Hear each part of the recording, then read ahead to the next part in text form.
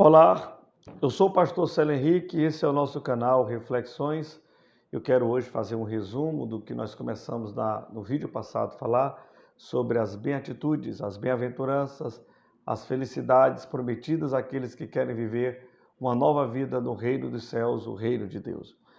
Capítulo 5 de Mateus, versículos de número 3 ao 12, Jesus inicia no Sermão do Monte uma série de atributos, uma série de características das pessoas que vivem essa nova vida no reino, o reino de Deus, o reino dos céus.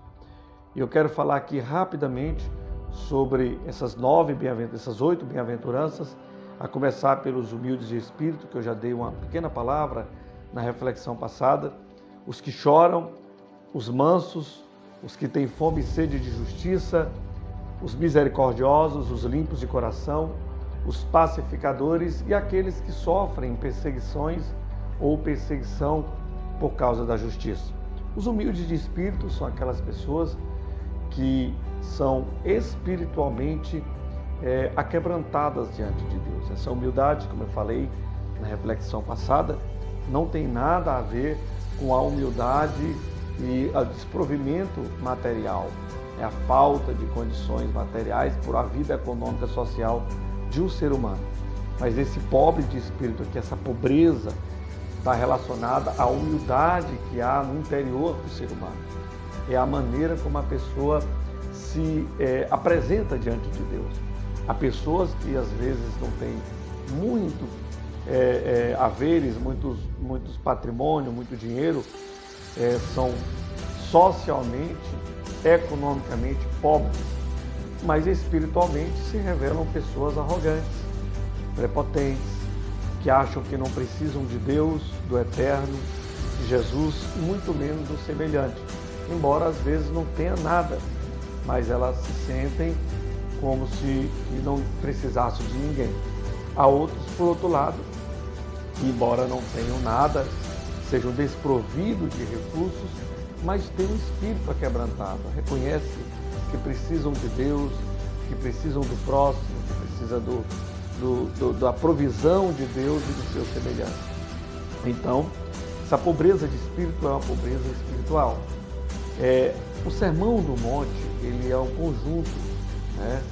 Jesus colocou de forma, cada um dos itens do sermão, cada um das bem-aventuranças, melhor dizendo, elas são sincronizadas, elas são um conjunto, elas têm uma relação. Os humildes de espírito, conhecido como pobres de espírito, por serem pobres de espírito, serem humildes, reconhecerem que precisam de Deus, serem pessoas aquebrantadas, elas reconhecem também seus pecados, reconhecem suas fragilidades, reconhecem suas quedas, seus fracassos, e por reconhecer a pobreza da sua vida espiritual, elas lamentam, e por lamentarem, elas choram. Aí entra a segunda bem-aventurança, bem-aventurados que choram.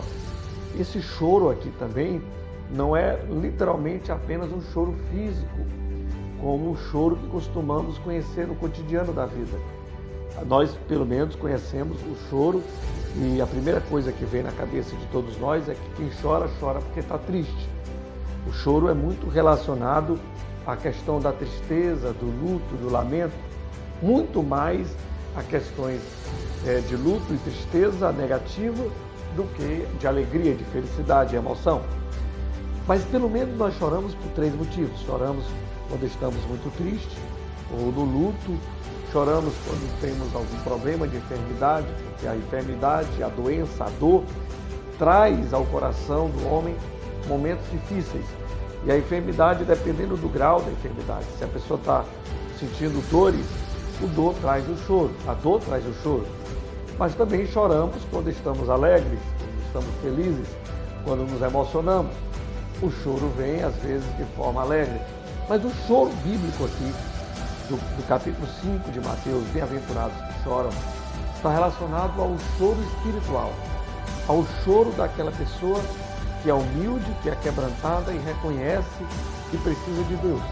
E ele chora porque sabe que os seus pecados têm feito com que ele se distancie de Deus. E a maneira que eles têm para se aproximar de Deus é através do arrependimento e através do choro. Aí vem uma terceira bem-aventurança. Felizes são aqueles que choram.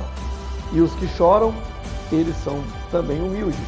E por serem humildes e se arrependerem e chorarem por causa dos seus negros pecados, que atormentam o seu coração, por causa da sujeira que há na sua alma, eles se arrependem. Eles buscam uma nova vida em Deus. E aí vem a terceira bem-aventurança. Bem-aventurados são os mansos. Quem são os mansos?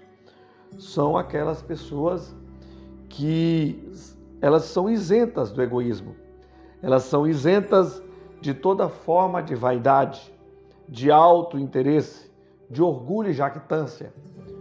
Os mansos são aquelas pessoas que são humildes, são aquelas pessoas que choram e lamentam seus próprios pecados, e por serem humildes, serem pessoas aquebrantadas, elas se tornam mansas. Essa mansidão não é uma complacência. Aquela pessoa nasceu desde criança, ela é tão mansa, ela fala manso, ela é tão calma. Às vezes a pessoa tem na sua personalidade uma característica de uma pessoa muito mansa, muito calma, mas espiritualmente ela é cheia de jactância, ela é arrogante, ela só pensa em si. Nem todas as pessoas que são caladas, que aparentemente são mansas, fisicamente se apresentam como pessoas que falam calmo, que falam mansa, na realidade aí são. Porque aqui a mansidão também ela é um atributo da alma, do espírito de quem nasceu de novo. Essa mansidão que a Bíblia fala aqui é de alguém que é desprovido de qualquer tipo de egoísmo, qualquer forma de vaidade, de auto-interesse, de jactância, de alta proteção, de sensibilidade exagerada, da ideia de que as outras pessoas são contrárias a ela, né? É o desejo de se proteger e de se autoglorificar. Há pessoas que são aparentemente caladas, falam baixo, falam devagar, mas se você triscar na pontinha do dedo do pé, elas se armam. Elas conseguem, embora às vezes elas não verbalizem, mas elas fazem como dizem os antigos, ela mata na unha, né? Ela mata na unha. Então, esse atributo de manso também é um atributo espiritual. Felizes são aqueles que são mansos, que são desprovidos dos seus preconceitos e dos seus altos interesses, né? A pessoa mansa de verdade, ela não tem esse egoísmo e nem essa autoproteção e nem essa autoglorificação, que esse é um dos grandes problemas do mundo. As pessoas buscam essa autoglorificação, esse reconhecimento, os aplausos, os elogios, né? É uma forma prepotente e inconsciente de se manifestar a falta de mansidão. E quando a pessoa não é reconhecida, e quando a pessoa não é aplaudida, e quando a pessoa não é lembrada, ela se ressente. E a forma de ela se ressentir é ela demonstrando ou verbalmente ou corporalmente. Ela se isola, ela se intriga porque não foi reconhecida. Isso mostra que ela não é mansa de verdade. Uma outra bem-aventurança, a quarta, bem-aventurados os que têm fome e sede de justiça. Que coisa tremenda, a justiça de Deus. A fome e a sede são características e são necessidades fisiológicas, físicas, né, do ser humano. Todo ser humano tem a necessidade de se alimentar, tem a necessidade de se saciar com água. E são necessidades que contínuas. Todos os dias o ser humano tem a necessidade de se alimentar, tem a necessidade de se saciar. Ele tem sede e ele tem fome. Mas aqui Jesus fala de uma sede, de uma fome, não de pão, não de alimento e não de água, né, de alimentos que o corpo precisa, mas ele fala de uma sede, de uma fome espiritual. Bem-aventurados que têm fome e sede de justiça, da justiça de Deus, de viver na presença de Deus, de ter uma vida piedosa com Deus, de uma vida de oração, de uma vida de leitura da Bíblia, de uma vida de dedicação na casa de Deus, nas coisas de Deus, de querer se parecer cada dia mais com Deus, né? Essa bem-aventurança aqui, ela precisa ser contínua. E aí eu tenho uma pequena reflexão. Quando você quer uma coisa, você ama uma coisa, você acha tempo para aquilo que você quer, que você deseja, que você ama. Por exemplo, eu estou muito ocupado, mas se você está com fome, você acha um tempo para comer. Eu estou muito ocupado, eu não tenho tempo de fazer nada. Você está com sede, você vai achar um tempo de ir atrás de água para beber. Porque a fome e a sede te obriga a ir atrás de satisfazer esse desejo que você está necessitando. Da mesma coisa, na mesma direção, precisa ser a fome e a sede por Deus. Nós precisamos achar tempo para satisfazer esse desejo que é primordial para a vida espiritual do cristão. Fome e sede de justiça. Achar tempo para buscar a Deus.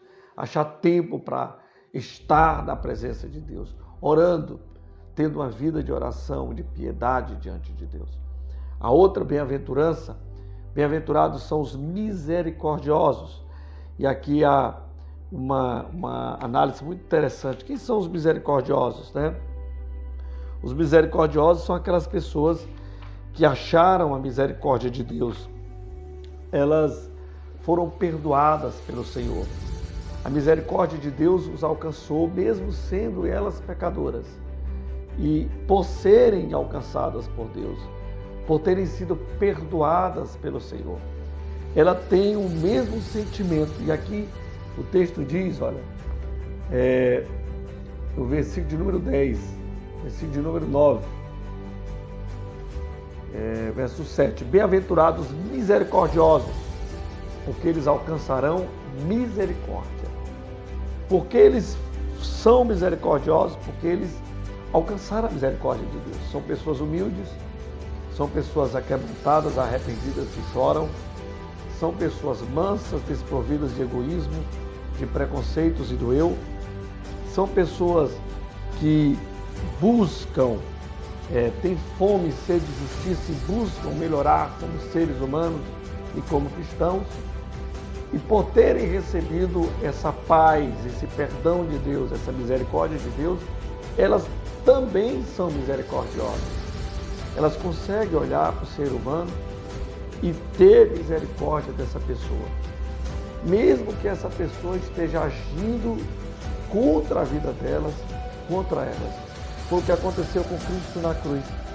Enquanto ele estava empendurado, os soldados zombavam dele, zombavam com suas roupas e faziam sortes, e alguns jogavam piadas, se tu és filho de Deus, desce dessa cruz e etc. Jesus olha e diz assim: Pai, perdoa-os, porque eles não sabem o que fazem. Porque o Senhor não estava olhando o pecado que eles estavam cometendo, mas vendo um pecador que estava precisando ser salvo. O pecador que estava cometendo uma atrocidade com alguém pendurado na cruz, porque estava sendo dominado pelo pecado, pela carne e por Satanás. Então, a pessoa misericordiosa, ela consegue olhar para o outro com o olhar de Deus, com a misericórdia de Deus, com a compaixão de Deus. Uma outra bem-aventurança são os limpos de coração. Bem-aventurados são os limpos de coração. E quem são os limpos de coração? São aquelas pessoas que vivem a sinceridade de Deus, que têm o coração protegido de qualquer ressentimento, de qualquer mágoa, que o seu coração é um coração perdoador, misericordioso, manso, humilde, E por ser humilde, ser um coração que sempre está pedindo perdão, é um coração puro. É um coração que não guarda ressentimentos, mágoas, revoltas, vinganças, porque é um coração purificado por Deus. A penúltima das bem-aventuranças é a pacificação. Bem-aventurados pacificadores, porque eles são chamados filhos de Deus. Aqui eu quero dar um ponto, fazer aqui abrir um espaço. De que será que o mundo tanto precisa hoje para melhorar? Será se as nações, o planeta, os governos, a política precisa de mais recursos financeiros para estabelecer-se a paz? Será se é falta de dinheiro, é economia, são as políticas públicas que precisam serem melhoradas para que o mundo melhore?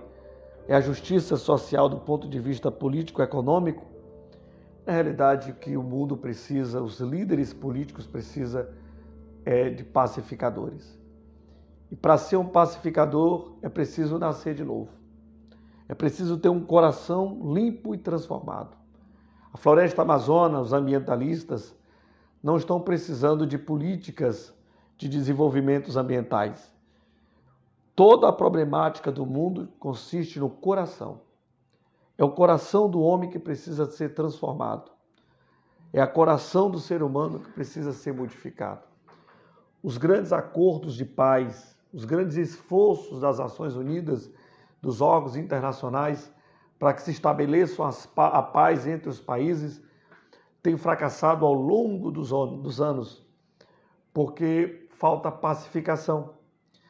E a Bíblia diz que bem-aventurados são os pacificadores, porque eles serão chamados filhos de Deus. E quem são os pacificadores?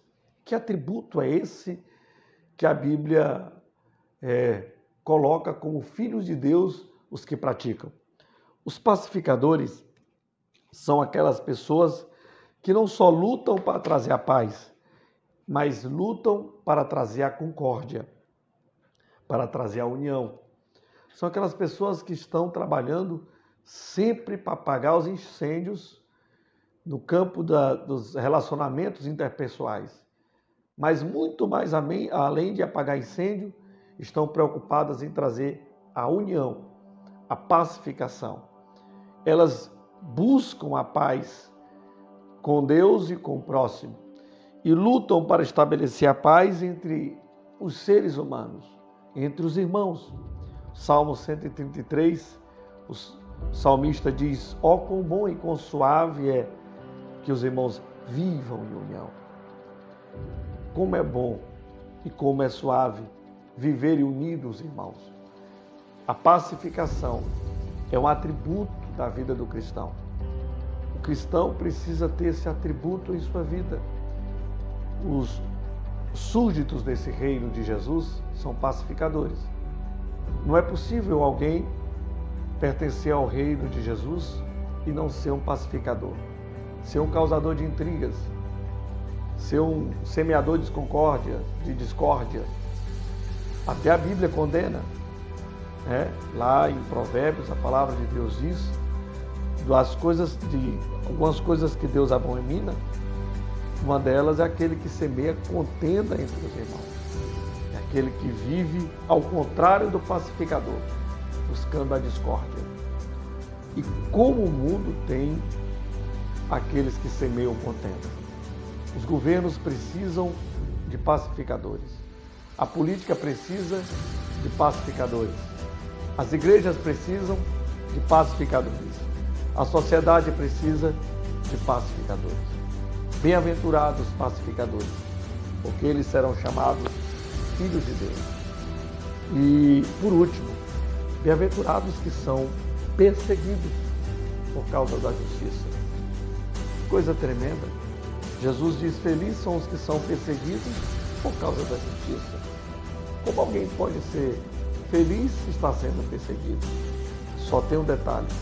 A perseguição aqui, que Jesus coloca no texto do capítulo 5, versículo de número 11 e 12, fala de uma perseguição por causa do reino de Deus. É porque esse cristão, essa pessoa, tem uma vida desprovida de egoísmo, de interesses pessoais, de mágoas e rancores. É porque essa vida que essa pessoa está vivendo agora é uma vida distante do pecado e das garras de Satanás. É por causa dessa justiça que agora ela vive que ela é perseguida. Isso não vale para alguém que é perseguido, disse o apóstolo Pedro lá na sua carta, porque merece. Porque há aqueles que são perseguidos porque estão merecendo, porque são desobedientes às autoridades, porque cometem crimes e delitos que ferem a Constituição aqui das autoridades, aqui da terra. E aí eles são perseguidos porque aprontam. E aí diz, olha, a Bíblia diz, bem-aventurados os perseguidos, mas esquecem da outra parte do verso. Aqueles que são perseguidos por causa da justiça, a esse sim, o Senhor Jesus disse, bem-aventurados sois vós, porque perseguiram os profetas, perseguiram a todos aqueles que serviram a Deus em espírito, em verdade e em sinceridade. O cristão e a igreja não pode ter medo de perseguição, desde que ela esteja cumprindo os requisitos bíblicos teológicos da palavra de Deus, seguindo os passos de Jesus. É normal que a igreja e o cristão seja odiado pelo mundo aí fora, seja perseguido pelo mundo aí fora. Essa é uma realidade da igreja. Jesus mesmo disse, se odiaram o filho, se ele foi perseguido, se o mestre foi crucificado, nós somos apenas súditos do seu reino, filhos do seu reino. É normal que sejamos também odiados pelo mundo, perseguidos por aqueles que não conhecem a filosofia desse reino chamado Reino de Deus. O mundo não pode entender. Tudo isso que eu estou falando aqui nesse canal, para alguns é loucura. Para alguns é uma bestialidade. Bem-aventurados que choram, bem-aventurados os mansos, bem-aventurados os humildes. Para aqueles que servem a Deus, para aqueles que andam na sua justiça. E essa palavra que a Bíblia Sagrada, esses ensinamentos, são ensinamentos preciosíssimos para vivermos uma vida de felicidade na terra. Que Deus abençoe você, meu amigo, meu irmão, que está aqui assistindo o nosso canal e falando sobre as bem-aventuranças. O reino do Senhor está entre nós. O reino de Deus não é comida e nem bebida material, física, mas sim espiritual. Precisamos viver a vida desse reino, uma vida pura, santa, e buscarmos cada dia mais, praticarmos os princípios deixados por Cristo, para que possamos gozar da alegria e da felicidade, da verdadeira felicidade prometida por Jesus para aqueles que nascem de novo e servem a Deus. Que Deus abençoe sua vida. Amém.